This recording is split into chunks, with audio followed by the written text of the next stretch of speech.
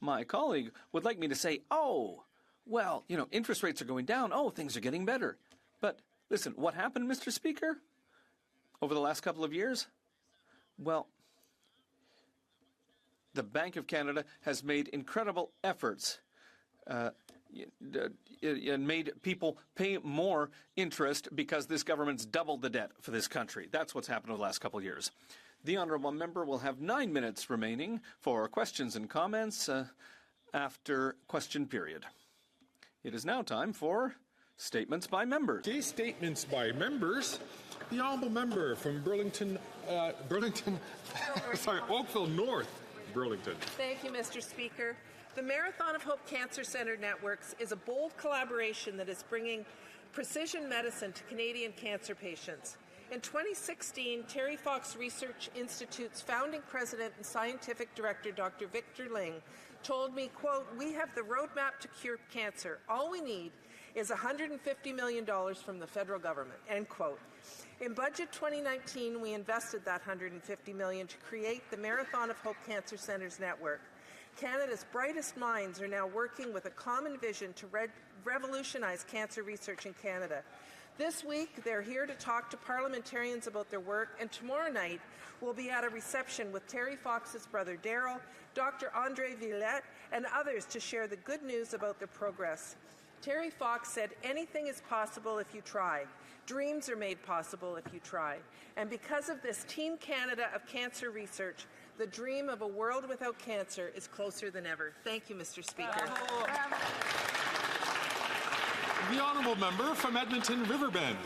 On World Mental Health Day, Mental Health Research Canada released their landmark collaborative national report titled A Generation at Risk, the State of Youth Mental Health in Canada.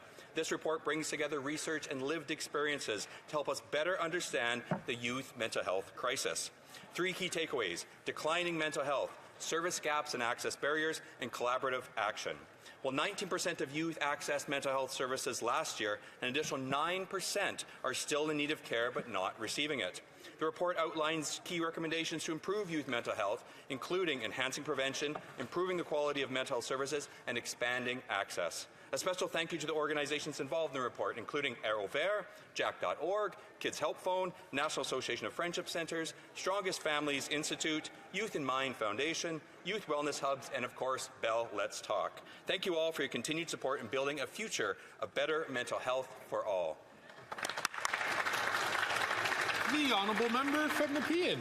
Mr. Speaker, to house asylum claimants, the City of Ottawa is proposing glorified tents called sprung structures.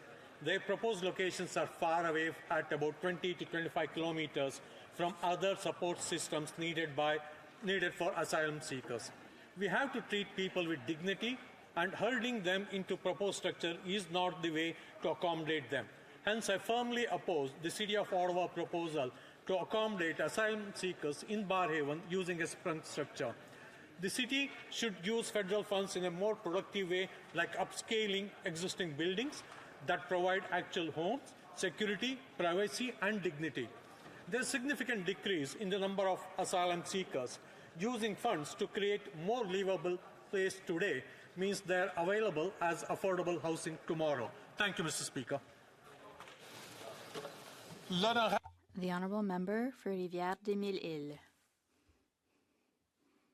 Mr. Speaker, 40 years, 4 decades, or 14,610 days, calculated any way you like, it's a lot of time invested in a cause. It's a strength of unshakable conviction, and above all, it's the exceptional career of a Saint-Eustache City Councillor, Raymond Tessier. First elected to the Saint-Eustache Municipal Council in 1984, Raymond Tessier truly embodies a sense of the common good.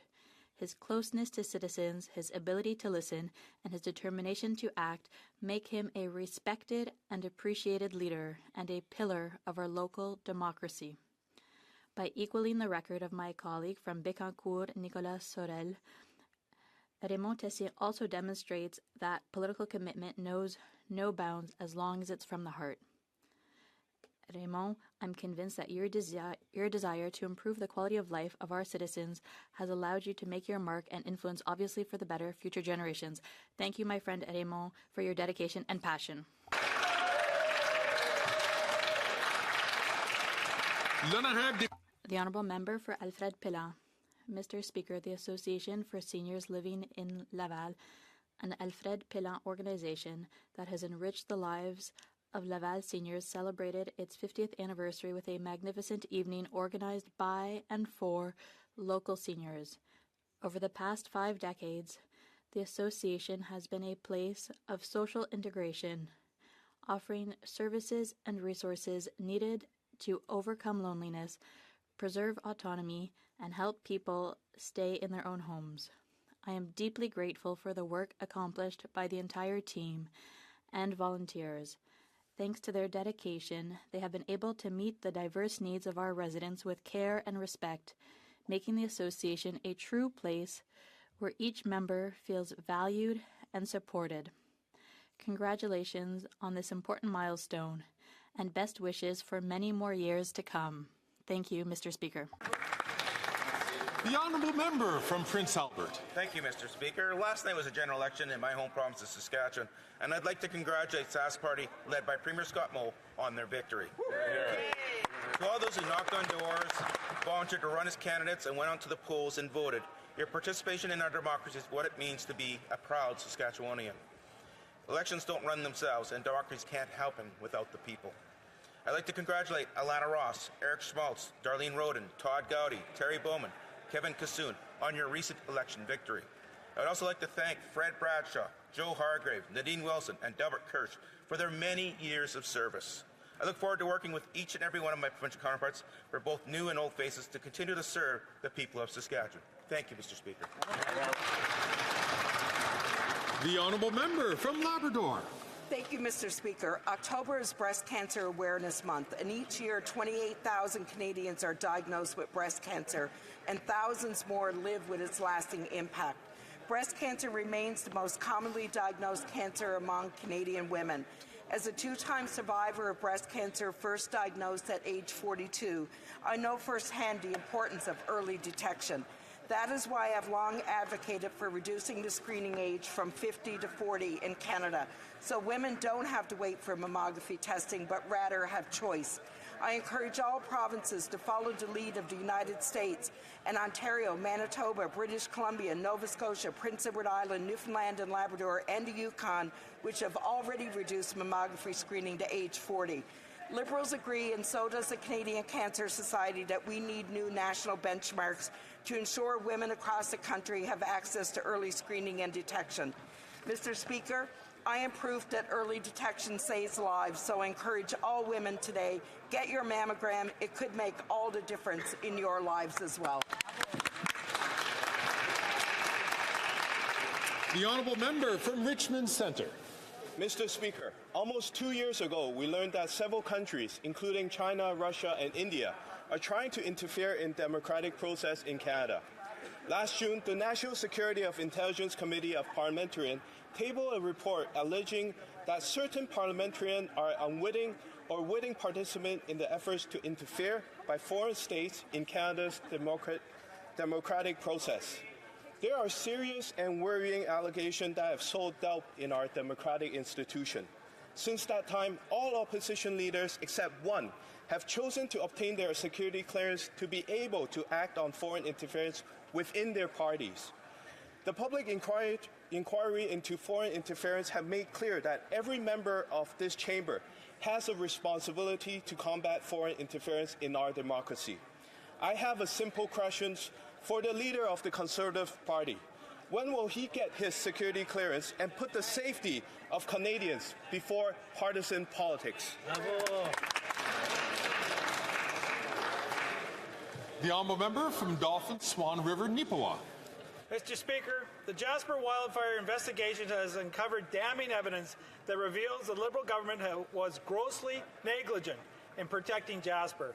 To cover up his government's failures, the Prime Minister appointed a minister for Jasper's recovery. The Jasper wildfire investigation ordered the minister to testify 20 days ago, but now we learn he is refusing to testify until December. Unbelievable. If the minister in charge of Jasper's recovery takes 2 months to show up at committee, how long will it take him to rebuild Jasper? For years, multiple Liberal environment ministers were warned by experts that Jasper was a tinderbox ready to ignite. As warning letters piled up, so did the deadfall in Jasper National Park. But instead of taking action, the Liberals ignored experts and allowed Jasper to burn. The Jasper wildfire investigation has revealed one thing for sure. The Liberal government is nothing more than fake environmentalists. That's right. Well done. The honourable member from Hamilton Mountain.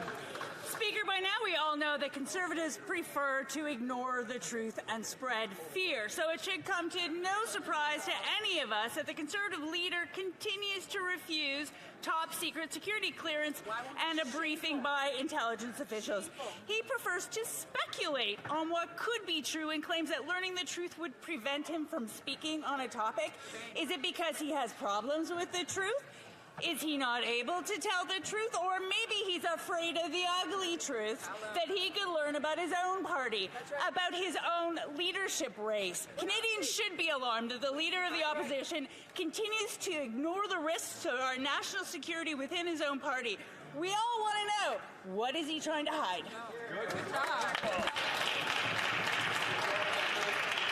The honourable member from Hastings, Lennox and Addington.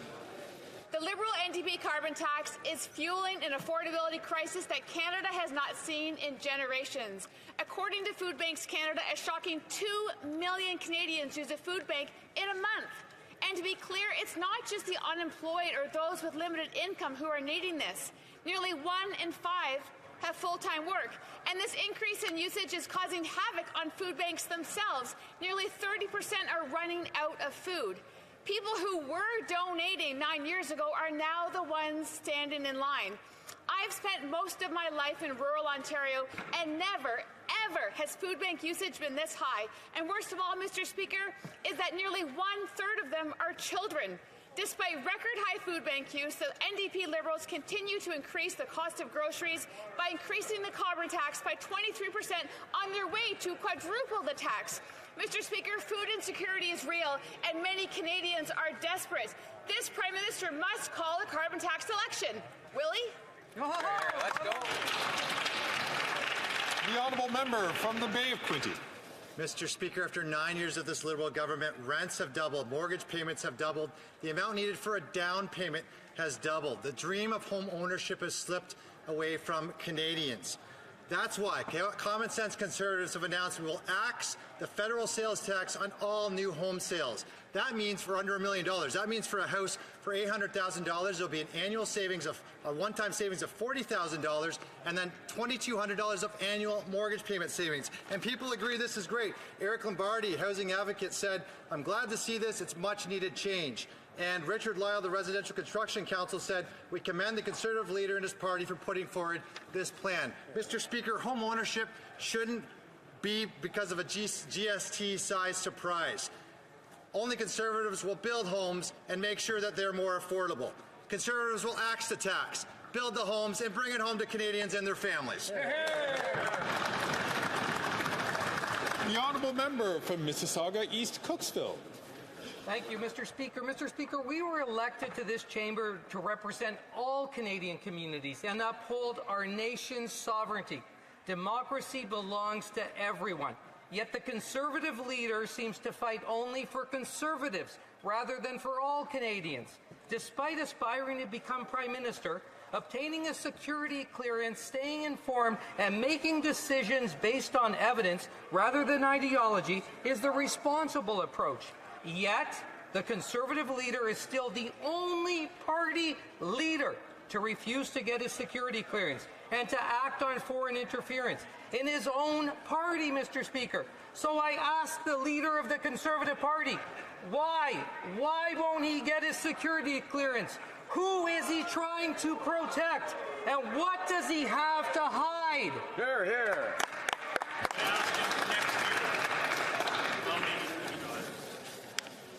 That's a great maiden speech.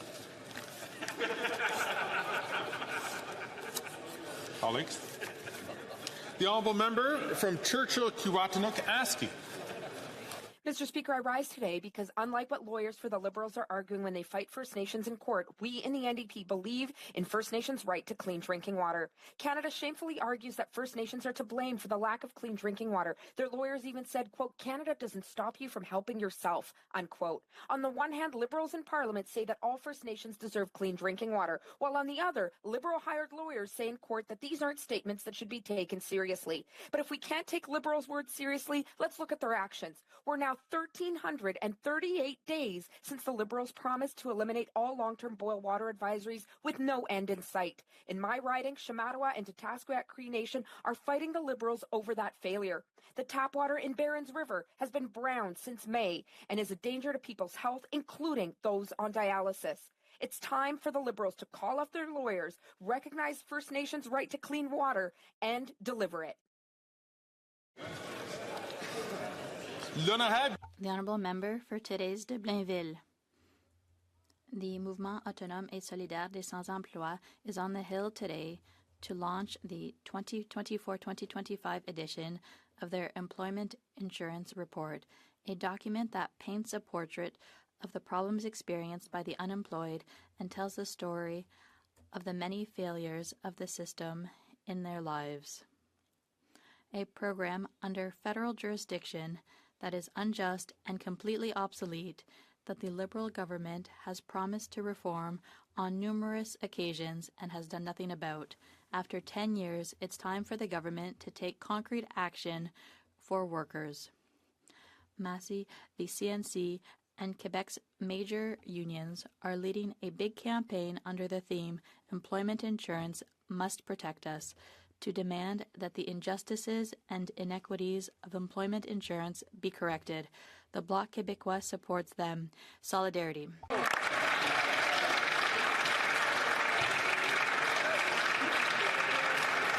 The Honourable Member from Dufferin-Caledon. After 9 years, these NDP Liberals aren't worth the cost of housing. Rent has doubled. Housing prices have doubled. You used to pay off your mortgage in 25 years. Now it takes 25 years to save for the down payment.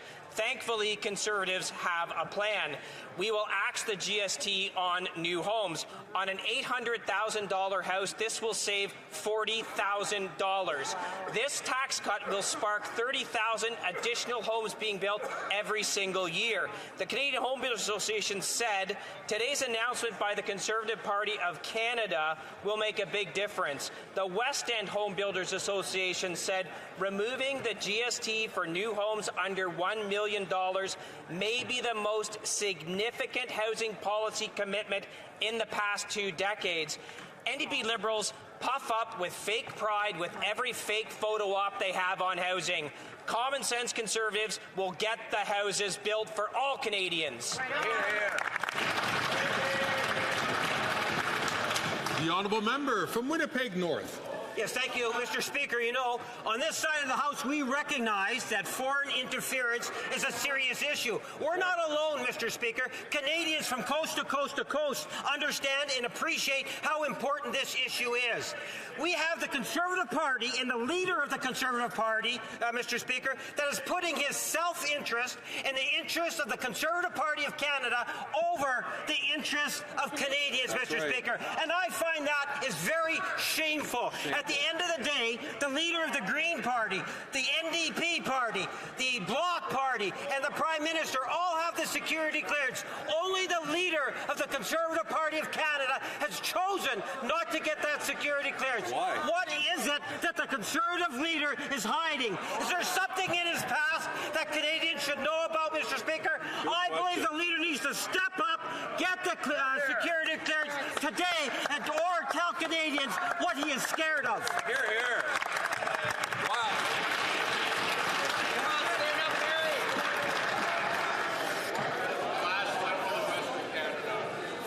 À l'ordre. Order. Oral questions. Questions orales. The Honourable Leader of the Opposition. Thank you, Mr. Speaker. A year ago, the Prime Minister copy and pasted my idea of eliminating GST on building of new homes. But that's the only thing he did because it has just driven up costs. Yesterday, I proposed eliminating GST on houses under $1 million, and the housing advisor of the PM, Mr. Mike Moffat, said that it's the most audacious proposal for middle-class housing ever proposed by a political party. Will he accept my idea? The Right Honourable Prime Minister.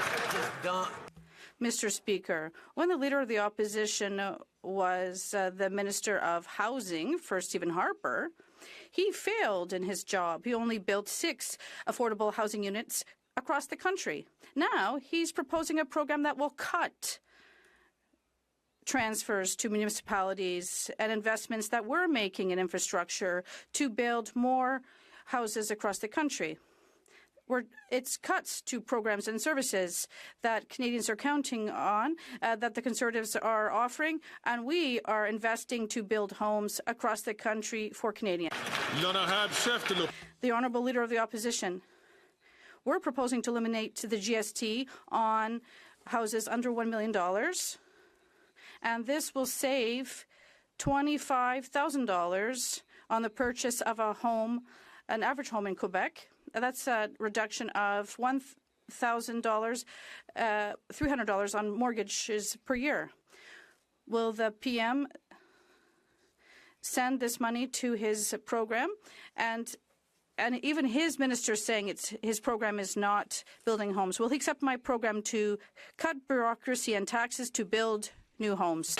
The Right Honourable Prime Minister, Mr. Speaker, what the Conservative leader wants to cut is the $900 million that we're sending to Quebec for the Housing Accelerator Fund to build homes across Quebec and the country. He wants to cut and remove $900 million that we're sending to Quebec to build more homes, to solve the challenges that Quebecers, and particularly young Quebecers, are facing. His solution isn't one because it always involves cuts to services and investments in programs that Canadians need.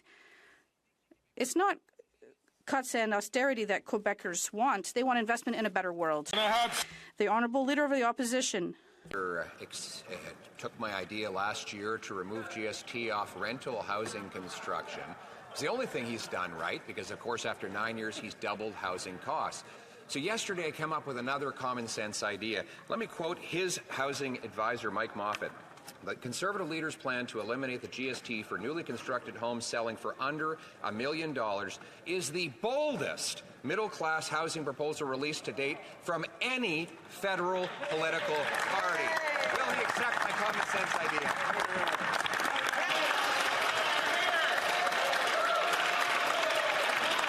The Right Honourable Prime Minister. Over the decades, Canadians learned the hard way. With Conservative promises, you always have to check the fine print. And the fine print on this one is they're going to cut the investments we're making across the country, working with municipalities to cut red tape, to invest in more housing, to invest in more affordable homes, to accelerate permitting and create densification. He's going to cut the services and programs and investments that Canadians are counting on to solve this housing crisis. That's all he offers, Mr. Speaker. Cuts to the programs and supports that Canadians need, whether it's the Housing Accelerator or housing and infrastructure investments. He's going to build slow homes. The Honourable Leader of the Opposition. He named the 2 bureaucracies I'll get rid of. One is ironically named the Housing Infrastructure Fund, $5 billion. How many houses is it built? Zero. How many pieces of infrastructure? Zero. Can you even apply for money for it? No. It's just for bureaucrats. Then there's the Housing Accelerator Fund, which his own Liberal housing minister says the fund doesn't go towards the cost of building houses. It doesn't actually lead to the construction of specific homes. The Housing Accelerator Fund doesn't actually directly build homes. So why not take the money, axe the tax, and build the homes?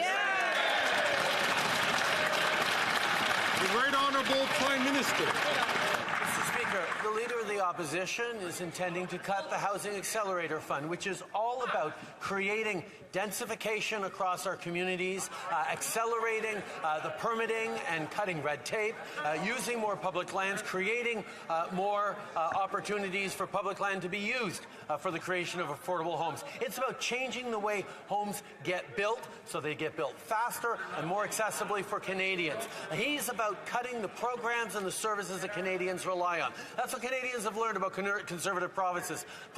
Got to look at the fine print, and the fine print is cuts to things Canadians need. That's right. The Honourable Leader of the Opposition. Cuts to taxes Canadians pay, Mr. Speaker. We will axe the tax, the sales tax on new homes under $1 million, saving up to $50,000 on a new home or $2,700 in lower mortgage payments every single year. By contrast, in the last 3 years, the number of young people who have ownership of a home today has fallen by half under this Prime Minister and his incompetent housing minister. So why won't he cut the bureaucracy, axe the tax, and build the homes? The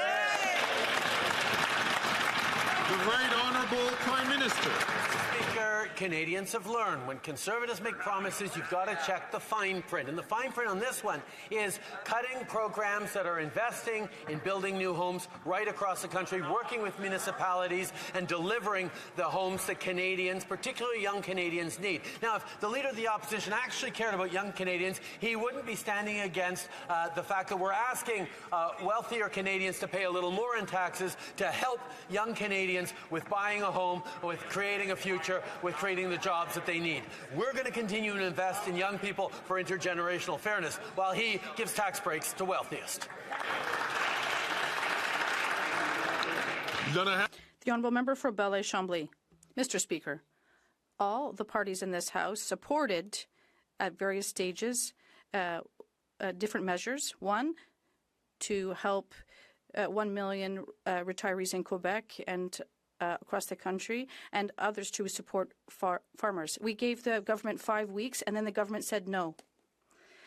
I'm wondering if the Prime Minister is saying that our proposal is bad because they voted in favor of it. And why does he not ask the relevance of the question to Quebecers with regard to his election?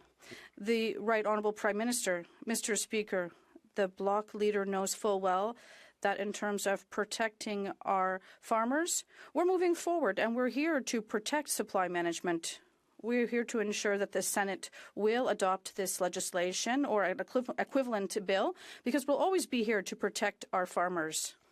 In terms of our seniors, we'll also always be here to protect them, whether it's in terms of dental care that has now been delivered to almost 1 million Canadians, particularly seniors. And we're also here to increase the GIS and extend OAS for older seniors. We're always going to be here for seniors. The Honourable Member for Belleuil-Chambly. It's like the insane asylum. The Conservatives want to table a motion to get rid of the government. They have to stop filibustering. And now the Conservatives are protecting the government, strangely enough. And now the Conservatives' obstruction seems to be in favor of the Liberals because they don't want to work more. Can we stop this nonsense and trigger an election, Mr. Speaker?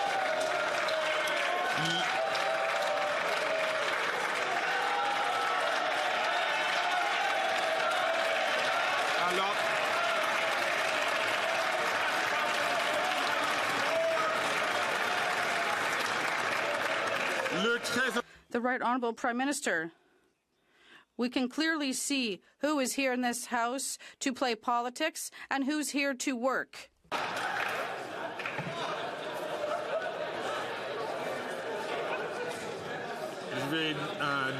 I will ask the Prime Minister to start from the top, please.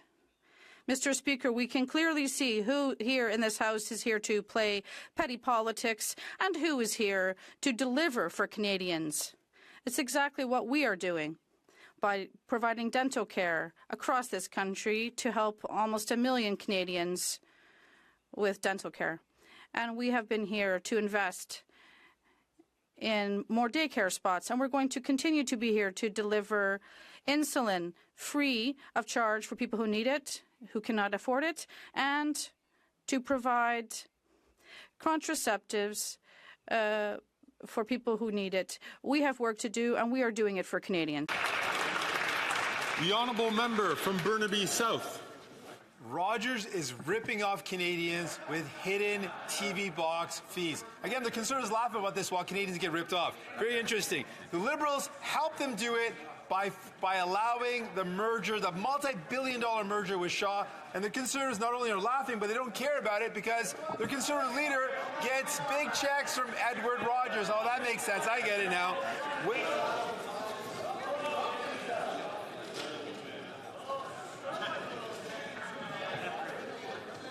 Colleagues, in order for us to get through question period in the required time, it's important that members not be interrupted and that the chair can hear the question. And invite the honourable member from Burnaby South to start from the top and to ask his question. The honourable member.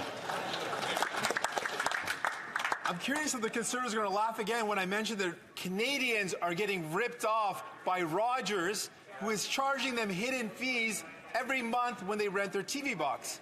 Now, I know that the Liberals have helped Rogers do that by allowing the multi-billion-dollar merger with Shaw. The Conservatives don't care about helping Canadians because their leader gets big checks from Edward Rogers. But my question is to the Prime Minister. Will he commit today to forcing Rogers to reverse these fees or ban them from receiving any federal contracts? The Right Honourable Prime Minister. Mr. Speaker, over the past number of years, we've seen data fees and cell phone fees decrease across this country because of the efforts this government has brought in for more competition and for support for consumers. We know there's always more to do. We're going to continue to hold the telcos to account to deliver high-quality services to Canadians at affordable prices. That's something that we will continue to be there for. The Honourable Member for Burnaby South. Allowed a massive merger to happen. In her documentary La Peur au Ventre, Leah Clermont-Dion shows that the anti-abortion movement is gaining ground. She shows how anti-abortionists are pulling Conservative strings. The Liberals, for their part, have not improved access to abortion. When will the Prime Minister finally ensure safe and equitable access to abortion across the country? The Right Honourable Prime Minister. Mr. Speaker, as a party and as a government, we always have been here to protect women's rights. We'll continue to do so and to increase access to health care services, reproductive services across the country. At the same time, I share the concerns of my colleague from the NDP. In terms of the Conservatives, and particularly there are members, Quebec Conservative members, that don't say anything when they have to defend women's rights. They don't speak up to fight back against conservative attacks against the women's right to choose. And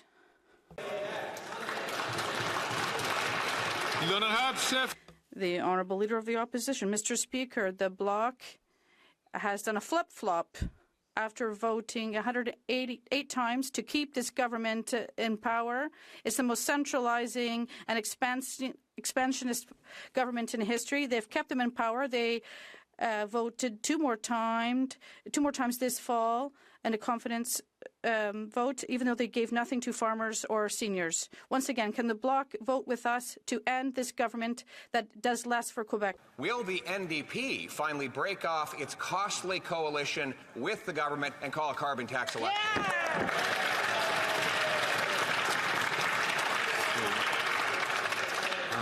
Yeah! I listened carefully to the question of the Leader of the Opposition. We've been through this before. At some point, the chair is going to have to cut questions if we continue to have questions which don't deal with the administration of government. The Honourable Leader of the Opposition.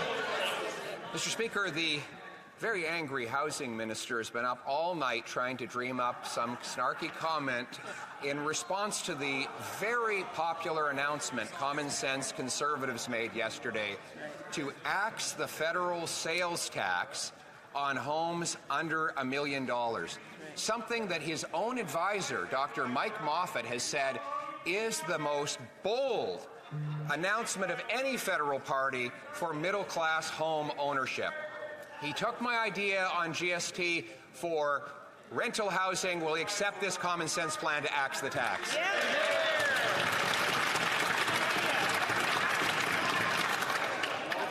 There's a lot of chatter coming. I can only identify the member from New Westminster Burnaby, but I would warn other members, please, to not take the floor unless recognized by the chair.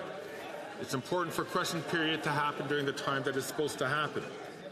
The Honourable Minister for Infrastructure, Housing and Communities. Mr. Speaker, with all the time and energy he spends on me, I'm going to have to send him a check for the time I've been living rent-free in his head. But I got to tell you, yesterday, make no mistake, the Conservative leader announced he would make multi-billion-dollar cuts to programs that will get homes built in this country. Now, he knows that, and we can agree on that piece. What he doesn't know is his caucus colleagues have been going behind his back, writing me letters advocating for their communities to receive funding through the Housing Accelerator Fund because they believe it will get more homes built. My question for the Conservative members of his caucus, will they have the courage to stand up and tell him he's wrong?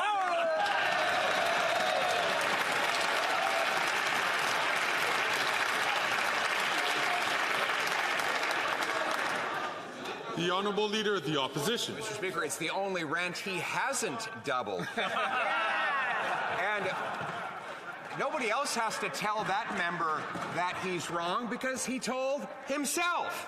This is what he said about his own Housing Accelerator Fund. Let me quote it. The Housing Accelerator Fund doesn't actually go towards the cost of building houses. It doesn't actually lead to the construction of specific homes. The Housing Accelerator Fund doesn't actually directly build homes. And he's right. Since he started forking over these big checks, construction has gone down in the major municipalities that has received it. So will he cut the bureaucracy, axe the tax, and build the home?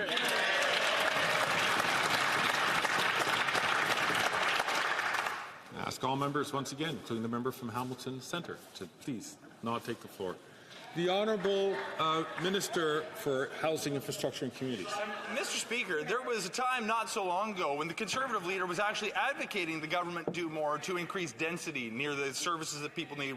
Infrastructure already exists. There was a time when he was actually advocating to do something to reduce development cost charges to make it cheaper to build homes in this country. There was a time he was advocating the government do something to actually speed up the process of permitting.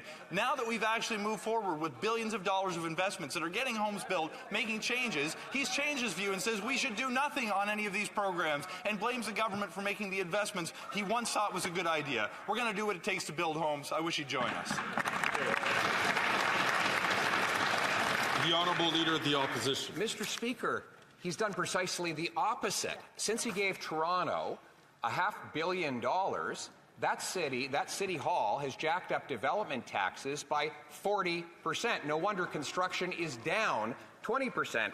That's probably why Dr. Mike Moffat, the minister's housing advisor, said that it's hard to deny that the Housing Accelerator Fund is turning out to be nothing more than a heist of tax dollars flowing from the feds to the municipality. Wow. So enough with the heists. Won't he cut the bureaucracy, axe the tax, and build the home? Yay! The Honourable Minister of Housing, Infrastructure and Communities. Mr. Speaker, I sometimes ask myself where they found this guy. He twists the facts to suit his narrative whenever he wants. It's almost like the Conservative Party, when looking for a new leader, hopped on Temu, typed in far-right Conservative, and then spit this guy out instead. He opposes investments in affordable housing. He borrows lessons from his cousins south of the border when he opposes birth control for women. During the January 6th of Canada, the convoy, he wasn't just telling people to stand by, he was bringing them coffee in the streets. Mr. Speaker, it might be election season in America. We don't need this far right-wing populism here at home.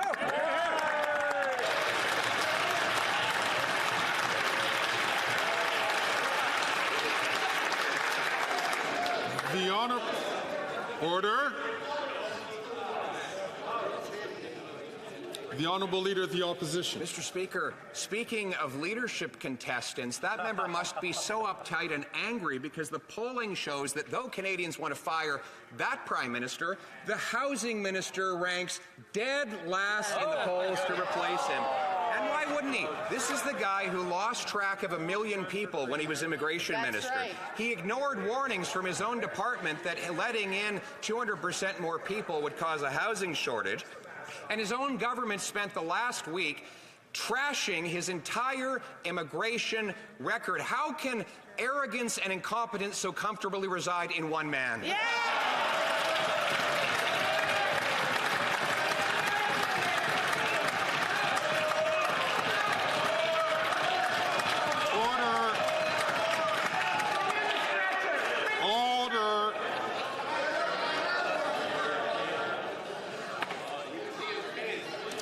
The Honourable Minister of Housing, Infrastructure and Communities. Mr. Speaker, the Conservative leader asks how arrogance and incompetence can live so comfortably in one man. He manages to show us every single day. Mr. Speaker, let's actually look at the facts.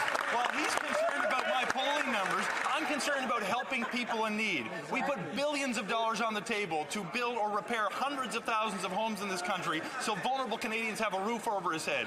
Let's look at his record. The worst level of home building in the last 10 years. And when he had the chance to help the most vulnerable, he simply got 6 units built across the entire country. The only thing he's done to help vulnerable people is show up with a video camera to treat those living without a roof over their head as props, and it's unacceptable.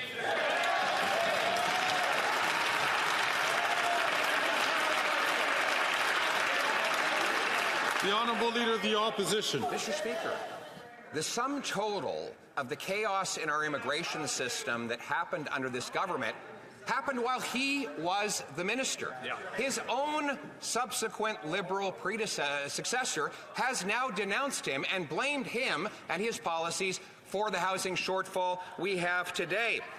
And now as housing minister, since he took office, the number of young people who own a home has gone from 47% down to 26% as he builds bureaucracy to block homes. Why doesn't he realize his failure, accept my common sense plan to axe the tax and build the home?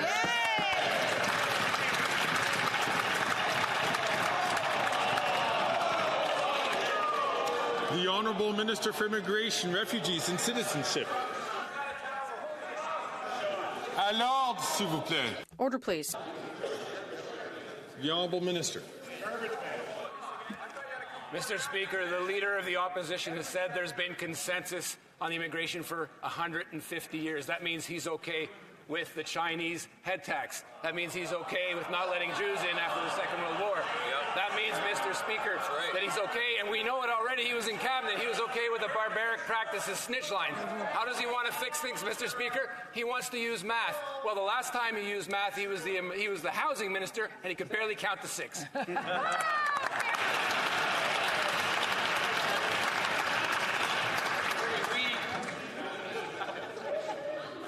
The Honourable Member for Montcalm. With 1 day to go before the start of advanced requests for MAID in Quebec, the federal government is still refusing to amend the criminal code. The expert committee has been calling for this for a year and a half. And the Liberals have been dragging their feet on this, daring to complain they don't have enough time to consult. It's not time that's lacking, it's courage. Today, the Liberals are creating worries for doctors who are concerned they won't be able to provide care. Do they realize that they are limiting access, to end-of-life care? The Honourable Minister of Health. Thank you very much, Mr. Speaker. I lost my grandmother, and this is a very sensitive issue. It's a national conversation that is needed across the country, and with my provincial counterparts, I will do so. I would ask on the other side if they could cooperate with me to have time for a national conversation to make sure the system is ready and that we've had a conversation in every family across the country. I think that's very important. The Honourable Member from Montcalm. The Liberals lack courage and are complicating access to end-of-life care. And as if that weren't enough, they're passing the buck to the next government. Better off if today's ministers don't challenge Quebec's decision to accept advance requests, but can they offer the slightest guarantee to those who will be in their place after the next election that they won't contest it? Of course not. Do they realize that they are shoveling the responsibility of legalizing advance requests for maids onto the Conservatives? The Honourable Minister of Health. Mr. Speaker, it's not a question of courage, but rather of logic and compassion to ensure we've had time to make sure the system is ready for such a large change. And we have to make sure for such a sensitive topic as this that we have time in every family across the country to have a conversation. And that's the reason why we're having a national conversation now, not for a long time, just for the next period. And during this time, it's a good opportunity to talk and make sure our system is ready. The Honourable Member for Montcalm. It's not time to talk, but to take action. The Liberals are shoveling the decision on the legality of advance requests onto the Conservatives.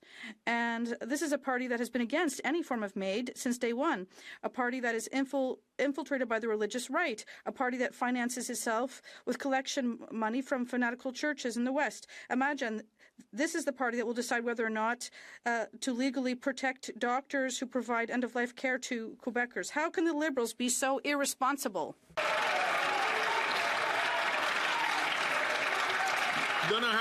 The Honourable Minister of Health. Mr. Speaker, what's irresponsible is to take action without having the opportunity to make sure that the system is ready. And for me, this is absolutely essential. And that is why we're having a conversation across the country, not for a long time, just for a few months. For the entire history of our country, so it's illogical to take a few months to make sure the system is ready. We're having a conversation where all people in every family across the country can participate. From Calgary, Nose Hill. Mr. Speaker, I was dismayed that earlier in question period, in response to the Leader of the Opposition's question on housing, the Minister of Housing treated these questions like they were a joke. The reality, no, seriously, listen to them laugh now. Today, Scotiabank said that nearly 25% less Canadians can own a home now than when the minister took office. This is on top of the fact that housing has doubled under this government. Housing should be for everyone. Will the minister commit to axing the federal GST on new homes so that young Canadians can afford them? The Honourable Minister for Housing, Infrastructure and Communities. Mr. Speaker, I thank the Honourable Member for her question. And to be clear, what the Conservative Party announced yesterday was billions of dollars worth of cuts to programs that are actually going to get homes built in this country. While she has portrayed herself as having a moral high ground in her question, I would remind her that it is a Conservative leader who showed up in Niagara with a video crew so he could call a woman's home a shack. It was her leader who goes to encampments across this country, not to see what he can do to help people, to put them in the background of his social media videos for likes. Mr. Speaker, people who are unhoused are not political props. They are human beings that deserve to be treated with respect and dignity.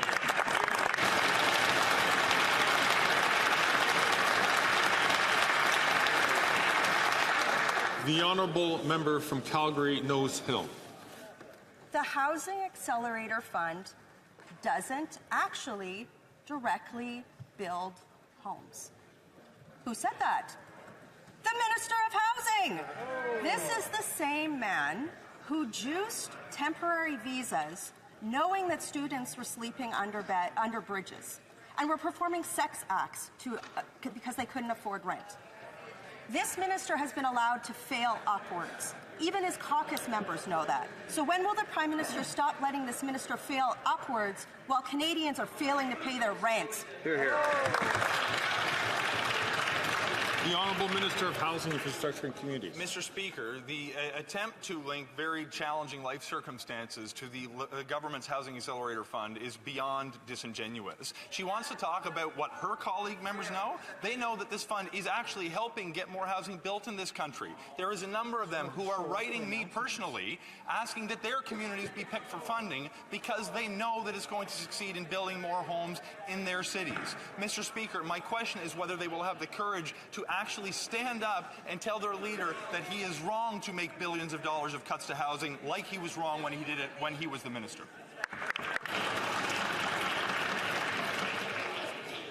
The Honourable Member for Bellechasse, Les Chemin-Lévis. After 9 years, the Bloc Liberal government has broken home ownership with rents and mortgage payments doubling. Today, 80% of Canadians believe that home ownership is reserved for the very rich. The Conservative leader is proposing to axe the GST on new homes, which will save $40,000 in mortgage payments on an $800,000 home. Will the government implement this proposal or continue to burden Canadians with ineffective programs, Mr. Speaker? The Honourable Minister of Tourism and Economic Development. Thank you, Mr. Speaker. I just want to be clear. What the Conservative Party is proposed yesterday is to cut the building of 8,000 affordable housing units in Quebec. I want to know if this member from Quebec, well, how they explain this to Quebecers, that they're cutting 8,000 affordable housing units. That's what this proposal would mean. The Honourable Member for Bellechasse-les-Chemin-Lévis. Mr. Speaker, believe me, the Conservative leader built 195,000 new houses when he was a housing minister, which proves his competence. However, the Liberals continue to show their incompetence by doubling the cost of mortgage. When is the government going to allow Canadians to choose a common sense option to please Canadians by launching an election? The Honourable Minister of Tourism and Economic Development. Mr. Speaker, you know, when we talk about a housing crisis, we talk about housing supply, and this means affordable and social housing. Mr. Speaker, it's great that they're boasting about building housing, but we have built social housing that was affordable as well. And I repeat, Mr. Speaker, to the Conservative Party, 6 is the number of social housing units that they built. And when my family and I were looking for housing under the Conservative reign, we didn't find any social housing because they don't care about vulnerable people, and they don't care if people can pay for housing. The Honourable Member from Victoria. It's our body, our lives, our choice. Abortion care is health care. But the Liberals keep letting Conservative premiers erode access, while these Conservatives creep anti-choice legislation into Canada. Conservative cuts mean no family doctors, no midwives, no nurses to staff clinics. This isn't real access. Everyone should be able to get health care when they need it, including abortion care. Will the Liberals enforce the Canada Health Act to stop Conservative attacks on abortion? The Honourable Minister for Women and Gender Equality. Mr. Speaker, our message is clear. The right to an abortion and access to abortion go hand in hand, yet there are a growing number of anti-choice pregnancy crisis centers that use deceptive tactics to deter women from making informed choices about their reproductive health. That's why today I introduced a motion to require more transparency from these centers providing pregnancy counseling. Organizations that do not clearly or prominently provide this information to clients risk losing their charitable status. This is about holding them accountable. This is about supports that women can rely on. The Honourable Member from Skeena, Bulkley Valley. Mr. Speaker, last week the U.S. Department of Transport fined American Airlines $50 million for its horrible treatment of people with disabilities. Well, here in Canada, people have been dropped on the floor, they've had their wheelchairs broken and lost. One even had to drag themselves off a plane by their arms. And this government's response, wait for it, the minister held a summit with plenty of nice words and zero action. Why is it that the Americans get a Secretary of Transport that stands up for passengers, while here in Canada we get ministers of transport that continually cave to the big airlines? The Honourable President of the Treasury Board and Minister of Transport. Mr. Speaker, I beg to differ. I'm standing up in this House today after meeting with our government's Chief Accessibility Officer to definitively emphasize how important passenger safety and accessibility is for this government. And I will repeat that over and over again in this House and outside of this House. There is nothing more important than non-discrimination and more accessibility and safety for our air passengers, rail passengers, and freight passengers also. Thank you, Mr. Speaker. The Honourable Member from Aurora, Oak Ridges, Richmond Hill. Thank you, Mr. Speaker. Last week we found out that an ex-Conservative MP left his party after seeing the increase in the number of anti-choice MPs in the caucus. Anti-choice organizations that support those MPs use deceptive tactics to push women away from making informed choices and accessing a full range of reproductive care through so-called pregnancy crisis centres. Can the Minister of Women and Gender Equality and Youth please share with this House what our government is doing to require more transparency from pregnancy crisis centres to encumber a woman's right to choose by providing biased and unscientific counsel? The Honourable Minister for Women and Gender Equality. People have the right to make informed decisions about their own bodies. Across the country, we are seeing anti-choice pregnancy crisis center undermine a woman's right to choose. So today, I tabled a motion to require more transparency from charities providing pregnancy counsel. And if they do not, they stand the chance at losing their charitable status. Women have shared stories with me about how they have felt when they've walked into these centers, how they felt shame, how they felt guilt, and how it's been at the most difficult time in their lives. So, Mr. Speaker, this legislation ensures that no women will endure judgment or pressure from groups that restrict their freedom. The Honourable Member from Calgary, Midnapore. Mr. Speaker, after 9 years, this Liberal NDP government is not worth the cost. Mr. Speaker, over 2 million Canadians use a food bank on a monthly basis. In Calgary, food bank use is up 28% over the last year, and that's because this Liberal NDP government put a 23% punitive carbon tax on everything. So will this Prime Minister do the right thing, take responsibility for the mess that he created, and call a carbon tax election? The Honourable Minister for Families, Children and Social Development. Mr. Speaker, I challenge that member to point to a single thing that the Conservatives have done to help Canadians that are struggling. And it's easy. She can't, Mr. Speaker. It's appalling, Mr. Speaker. The three-word slogans on that side of the House are empty words. On this side of the House, we continue to make investments in things like the Canada Child Benefit, Mr. Speaker, the Canada Carbon Rebate, Mr. Speaker. On this side of the House, we'll continue fighting for Canadian families. The Honourable Member from Calgary, Midnapore. Mr. Speaker, the numbers don't lie. The Calgary Food Bank paid $10,000 in carbon tax, and that was to facilitate 41,000 visits. And that's because food bank use is up 300% since 2019, the year that the Liberal NDP government implemented their punitive carbon tax. So will the Prime Minister do the right thing, take responsibility for the mess that he created for the Canadians that he drove to the food bank, and call a carbon tax election?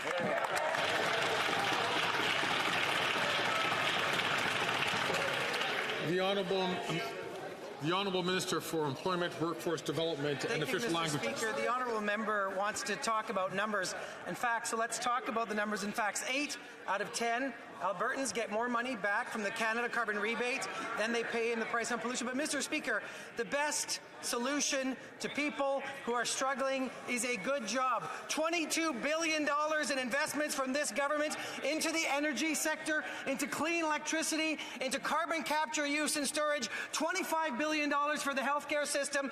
Do you know what the price for a Conservative government would be, Mr. Speaker? $20,000 per Alberta family with one kid. That's a tax nobody can afford. The honourable member from Portage Lisgar. After 9 years, these NDP Liberals are simply not worth the cost. Food Banks Canada reveals a devastating truth. Over 2 million Canadians are turning to food banks. They also report that up to 25% of Canadians are living in a state of poverty. In Manitoba, food bank usage has surged by 30% in just the last year alone.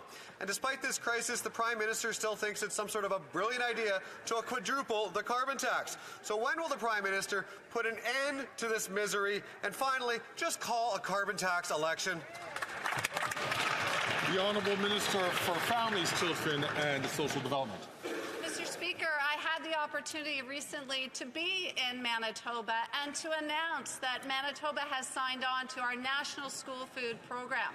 This year alone, Mr. Speaker, 19,000 additional kids in that province will receive food at school through this program.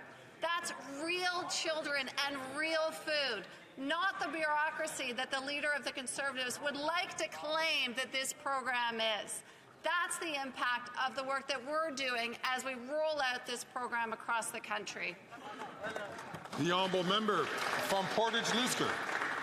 Canadians recognize the impact of this Liberal government's policies, and it's that they're being recklessly driven into poverty.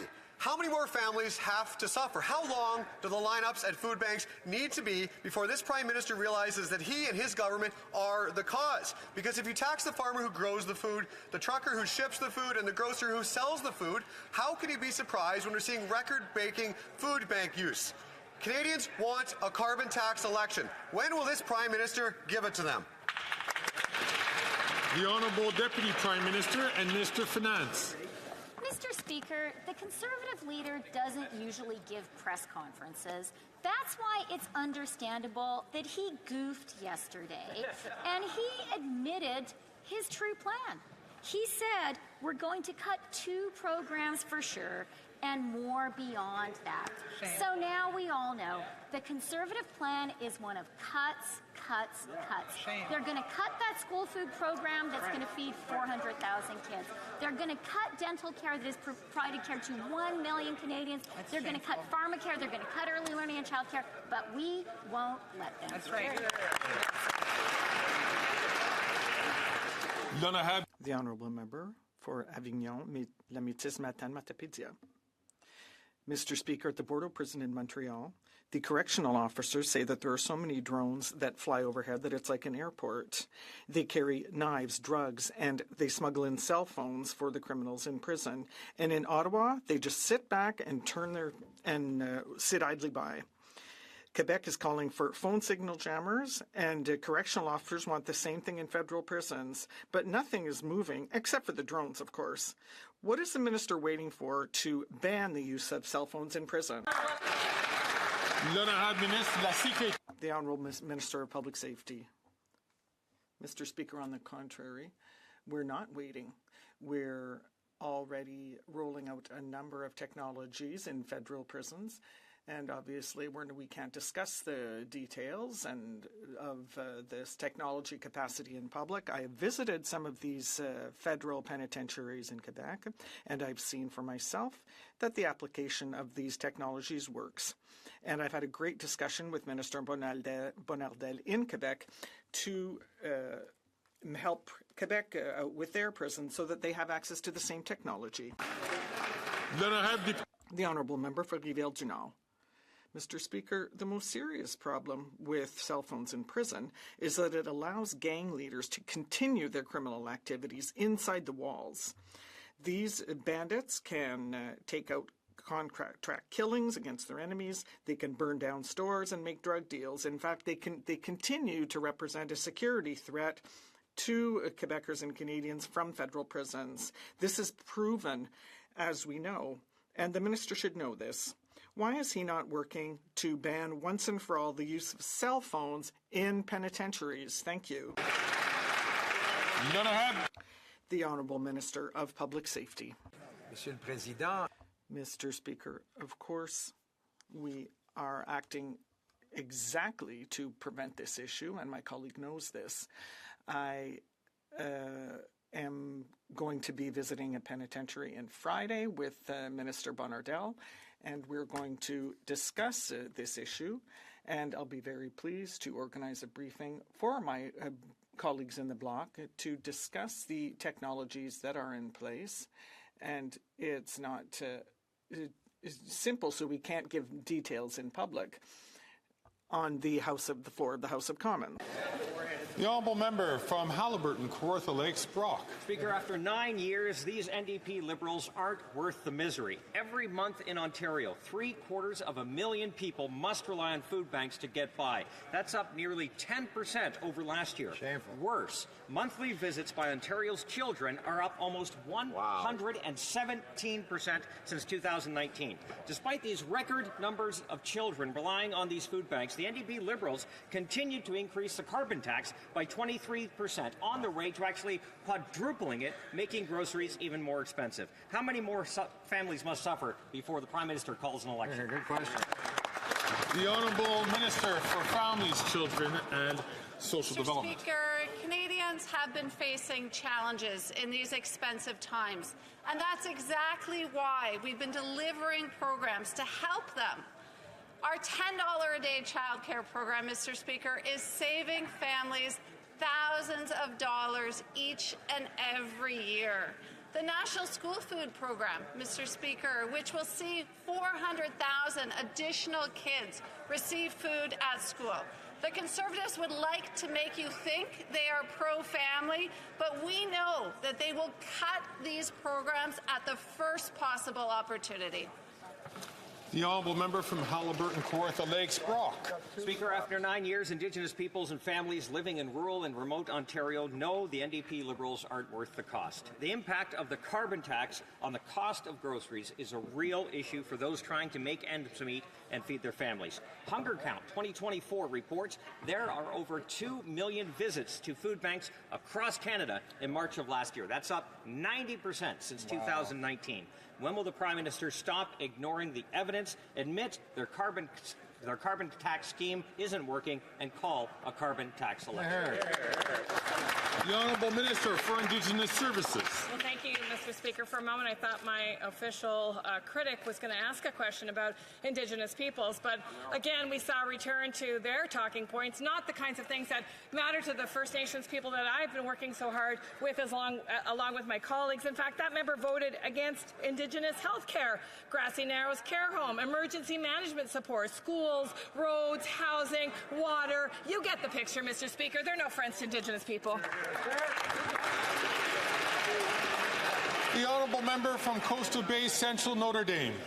After 9 years, the NDP Liberals are not worth the cost. Yesterday, Food Banks Canada reported that the need for food banks is spiraling out of control, with 2 million Canadians per month depending on them. Demand at Bridges to Hope Food Bank in St. John's is expected to surge 30% compared to 2023. Despite record-smashing food bank usage, the NDP Liberals increased the cost of groceries by raising the carbon tax 23%. Mr. Speaker, instead of quadrupling the carbon tax, well, they axe the tax so that people can afford to eat. The Honourable Minister of Health. Mr. Speaker, what they would axe in a place like Newfoundland, remember, the Conservative leader said the dental care program didn't exist. Right? Said it's not going to work, not going to happen. Newfoundland now happens to be one of the leading places in the country for people getting care. And on average, it's saving them $730. Do you know that what it's going to save our emergency rooms and creating space? About $1.8 billion, the opportunity to serve emergency rooms. Imagine those savings. That's what they're going to cut. So when they look vulnerable people in the eye, tell them the truth. Tell them what you're going to do. You're going to take away their dental care. You're going to make sure they don't get the diabetes medication they need, and that's going to cost them big money, Mr.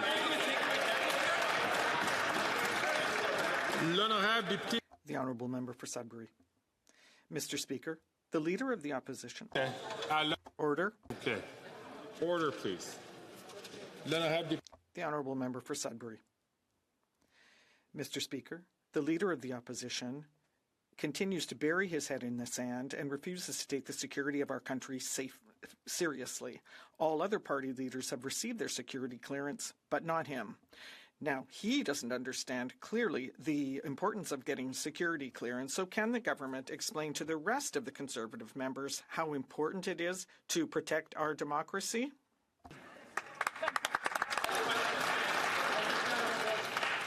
The Honourable Minister of the Environment and Climate Change.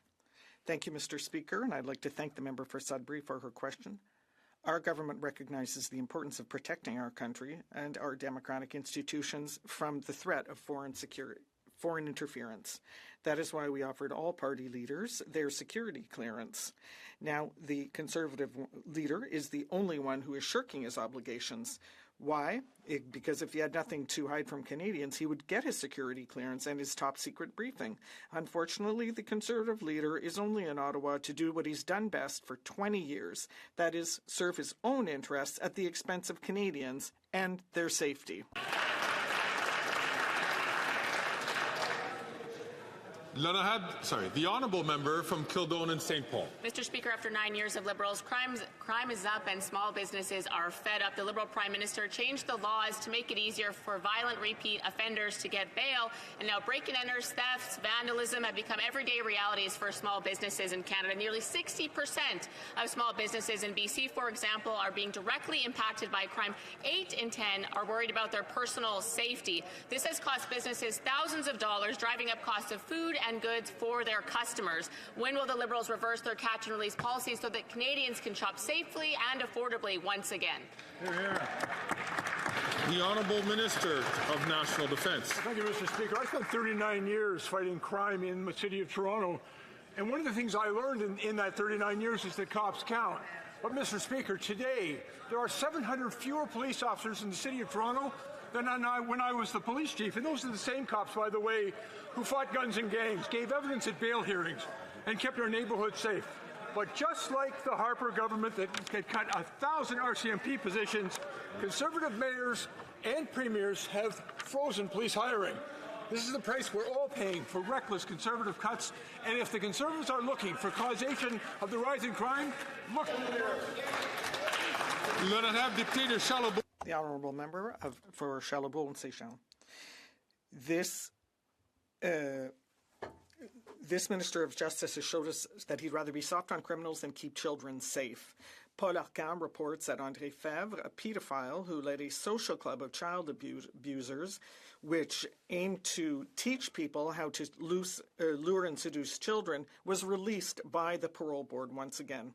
The minister seems satisfied that experts say that his risk of reoffending is low, even though he has violated his conditions over and over the past 50 years. Is the minister aware of this? And if so, why is he not doing anything? The Honourable Minister of Public Safety. Mr. Speaker, my colleague knows very well that the parole board is independent. It's at arm's length from the government. It makes good decisions, and what it takes seriously is public safety. We're not going to comment on individual cases that are before the parole board. We trusted the board's work.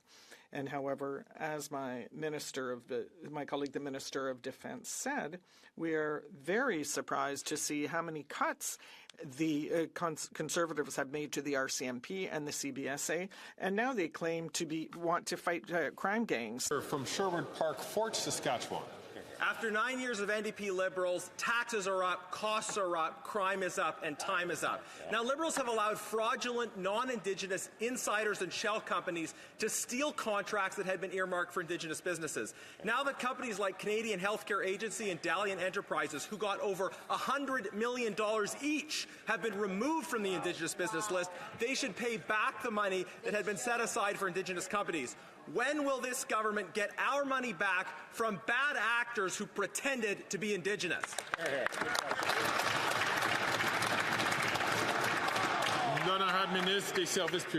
The Honourable Minister of Public Services.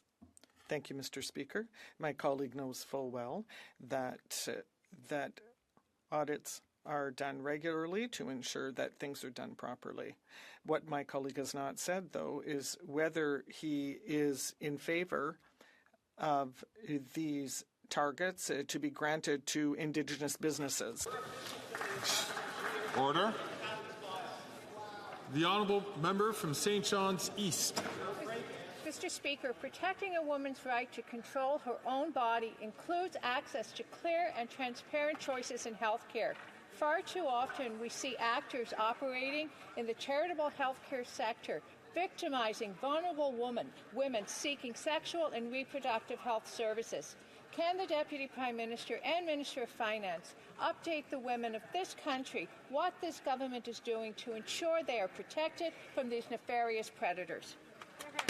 The Honourable Deputy Prime Minister and Minister of Finance. Mr. Speaker, I would like to really sincerely thank my colleague from St. John's East for her hard work for Canadian women. She is a nurse and she knows what she is talking about on this issue. Today, we introduced legislation that would deny charitable status to centres that fail to disclose services they do or do not offer. This is about telling the truth. It is about women and girls across our country having control of their own bodies. That is what our government is proud to stand up for. Thank you, Mr. Speaker. The honourable member from Edmonton Strathcona. Mr. Speaker, this week the Israeli parliament banned UNRWA from operating in Israel-occupied East Jerusalem and designated this life-saving organization. Colleagues, I need to hear the question. The honourable member from Edmonton Strathcona for the top, please. Mr. Speaker, this week the Israeli parliament banned UNRWA from operating in Israel and occupied East Jerusalem and designated this life-saving organization as a terrorist organization. Millions of Palestinians are living through hell and they need aid, and there is no aid organization that can do what UNRWA can do on the ground. Canada must act now. We cannot tolerate these outrageous attacks on the United Nations and international law. Will the government finally sanction Netanyahu and his extremist cabinet? Hear, hear. The Honourable Minister for International Development. Mr. Speaker, we express serious concern about the passage of the legislation by the Israeli Parliament that undermines the operations of UNRWA. As the member opposite has stated, UNRWA is the backbone of the humanitarian response that supports over 2 million civilians in Gaza, Palestinian civilians. This poses a significant risk and an obstacle to more aid going in. We urge the Israeli government to allow UNRWA and the organizations that depend on UNRWA's network to do the work that is necessary to continue to deliver aid without obstruction. Thank you very much. The honourable member from Burnaby South. That response did not respect the seriousness of what's going on and the dire situation that's going on. I want to take a moment now and talk about an event that's one of the premier events in Toronto, something that so many people come to, brings millions of people together, creates thousands of jobs. It's the Toronto Caribbean Carnival. It is one of the most important events in Toronto, but sadly, because of Liberal government underfunding, this festival is at serious risk. So will the Prime Minister commit today to the appropriate level of funding to protect this vital festival that celebrates Caribbean culture and the Caribbean diaspora in the GTA? Hear, hear. The Honourable Minister for Diversity, Inclusion and Youth. Mr. Speaker, for the last few years, this government and our government have been proud to support the Toronto Caribbean Festival. That's something that brings hundreds of thousands of people from around the world to the city of Toronto, and we're going to continue to work with the organization to support the work that they do in bringing and celebrating the Caribbean Festival in this country. Thank you, Mr. Speaker. Colleagues, it being 3:17. The Honourable Minister is rising. On a point of order, Mr. Speaker, while my colleague was answering a question, the member for Charlebourg-Haute-Saint-Charles referred to a member of the Conservative Party from Richmond, Arthabaska, a former member, used non-parliamentary language, disgraceful language. I ask him to withdraw his comments and apologize to the member, Mr. Speaker. J'apprécie I appreciate that point of order. The Speaker will listen to the recording and come back with this if necessary. Honourable Minister, President of the Treasury Board and Minister of Transport is rising on a point of order. The Honourable Minister. Mr. Speaker, when my honourable colleague was answering the question, they had my name up on the screen. I know that we're both of similar backgrounds, but we are different people, and I would really appreciate it if the correct name would be shown when the other person is speaking. Let's do better. Good job. I appreciate the honourable minister raising this point. It's one which we always strive. Order, please. Order, please. It's one which the House of Commons, we always strive to making sure that we are accurate in what we do, and we apologize to the honourable member and to the two ministers, and we'll take measures to ensure that doesn't happen again. It being 3:19, the House will now proceed to the taking of deferred recorded division on the sub-amendment of Mr. Seaback to the motion to concur in the 8th report of the Standing Committee on Canadian Heritage. Call in the members.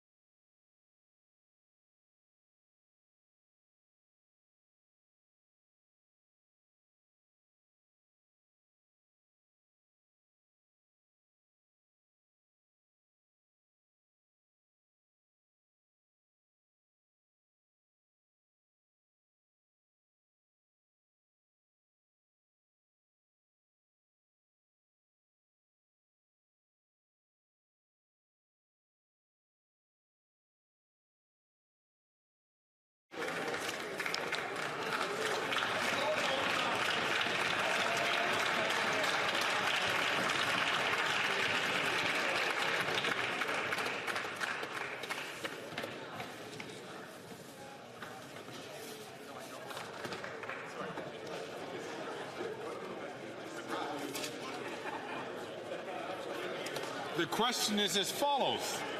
Mr. Waugh, seconded by Mr. Couric, moved that the 8th report on the Standing Committee on Canadian Heritage presented on Tuesday, December 12, 2023 be concurred in. Mr. Lamoureux, seconded by Ms. Scrow, moved the following amendment. That the motion be amended by deleting all the words after the word that and substituting the following. The 8th report of the Standing Committee on Canadian Heritage, presented on Tuesday, December 12, 2023, be now concurred in, but that it be recommitted to the Standing Committee on Canadian Heritage for further consideration. Can I dispense? There is a sub-amendment.